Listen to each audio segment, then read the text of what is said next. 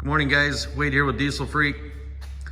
Wanted to do a quick video on an overhead valve adjustment. We posted some photos of a customer that made the trip from Florida up here, and we was doing some maintenance on his, and I'm getting a ton of questions and messages, phone calls.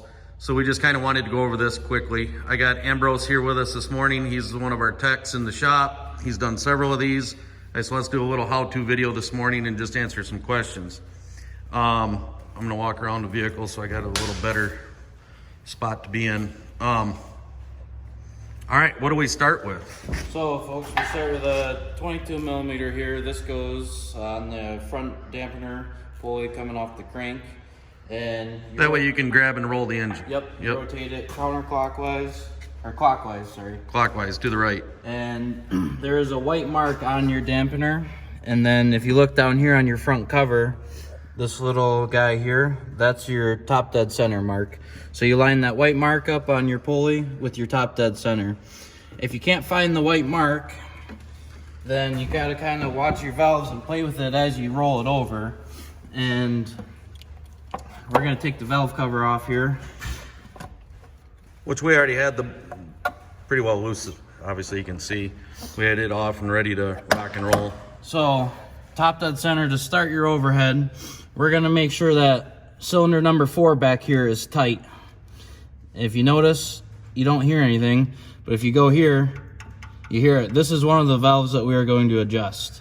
So cylinder 4, intake and exhaust are both tight.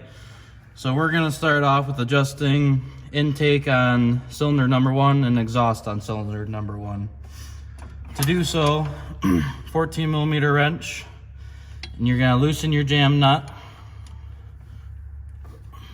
And I've got a procedure in the book it says that clunking the loose valve, that would be considered dancing. And then with that, it's got everything labeled 1, 2, 3, 4, 5, 1, 2, 3, 4, your numbered valving and kind of how to do the rollover and procedure. So you'll be able to read that as well. You don't have to memorize this completely. Wanted to just give a good visual on how to. So on intake number 1, Wade, we're gonna go with our feeler gauge that's 16 to 18 thousandths. Yep. And you loosen your jam nut, and then you're gonna insert it in the top part here. As long as it's not too tight, you'll be able to get it in there. And she's a little tight, so we're gonna go ahead and loosen it up a little bit. See, in some of these we found are really loose. Now that one happens to be tight. So we slide her in there, and then we're gonna take our set screw and we're gonna screw it down until you feel it. You feel a little bit of resistance on that as you start to slide it in there. But you notice you can still slide it. Yep. That's about perfect right there, Wade. Okay, so then you wanna make sure that you hold your screwdriver. You don't want that set screw to move at all. Right. But you do want to make sure that you get that jam nut tight. Yep. So if you notice, the screwdriver never moves, and then our feeler gauge here still slides in perfect. Perfect. And for you guys that want to do this yourself, if you don't have feeler gauges, you can go to about any parts store and get them. They usually come quite several of them in a package, but you only need those 2 for doing the intake and the exhaust. So for exhaust, Wade, we're gonna use the 20 to 22 thousandths. Yep. Same idea, loosen up your jam nut, insert your feeler gauge in here, and if you can't get her to go, sometimes they can be little buggers.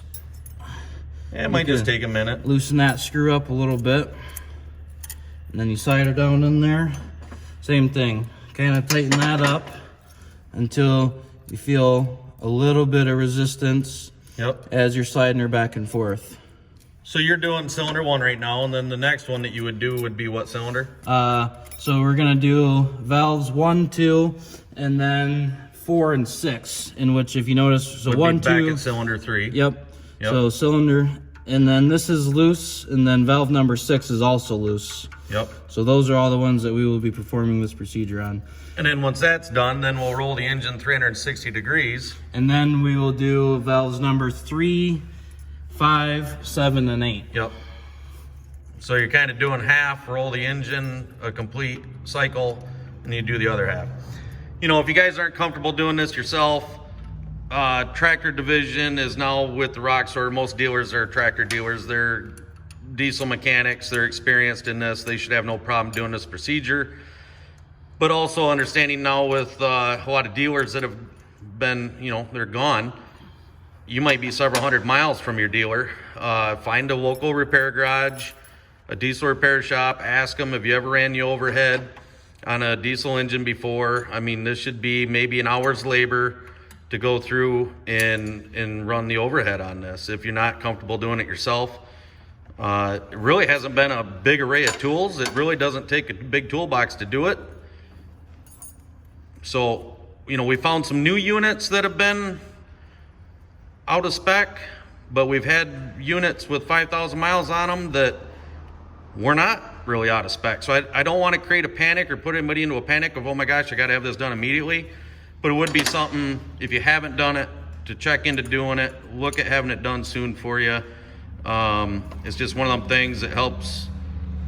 It's where the engine needs to operate, it where it needs to be. I've had some guys just the other night got a hold of me and was going to do his, and there was a nut that was about ready to fall off. It was so loose. So, like I say, don't panic over it. It's something that does probably need attention, should be out there to think about.